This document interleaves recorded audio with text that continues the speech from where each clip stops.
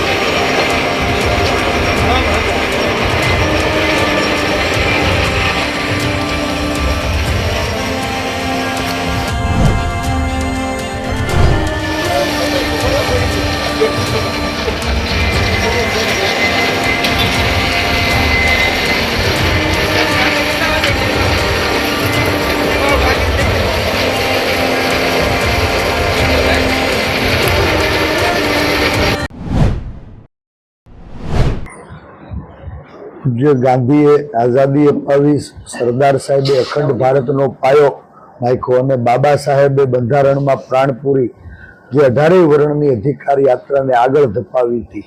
આજ વિવિધતામાં એકતાના એ ગુલદસ્તાને સત્તામાં બેઠેલા લોકો ચૂથી રહ્યા છે, પીખી રહ્યા છે.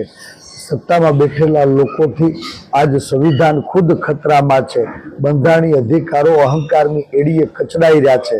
ત્યારે મારો મત એ મંદી, મોંઘવારી અને બેરોજગારીને હરાવવા માટેનો મત છે. મારો મત એ કર્મચારીઓના શોષણમાંથી મુક્તિ માટેનો મત છે. મારો મત એ ખાખી વર્દીના ત્રાસમાંથી મુક્તિ માટેનો મત છે. મારો મત એ જનજનના સ્વાભિમાનનું રક્ષણ કરવા માટેનો મત છે. મારો મત એ લોકશાહીને બચાવવાનો મત છે. મારો મત એ સંવિધાનની સુરક્ષા માટેનો મત છે. મારો મત એ જનજનના સ્વાભિમાન માટેનો મત છે.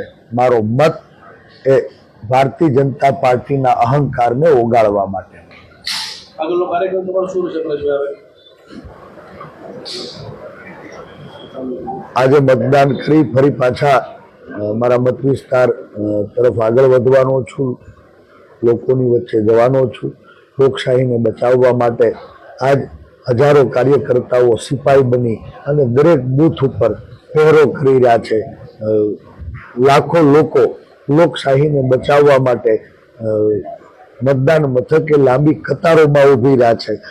લોકશાહીને લૂણો લગાડનારી આ ભારતીય જનતા પાર્ટીના અહંકારને ઓગાળવા માટે લોકો થનગની રહ્યા છે. ત્યારે મને સંપૂર્ણ વિશ્વાસ છે કે પરેશ ધાનાણી આવા બધા જ લોકોની સાથે ખંભે ખંભો મેળવી આ દેશમાં બીજી આઝાદીની લડાઈને આગળ વધારશે.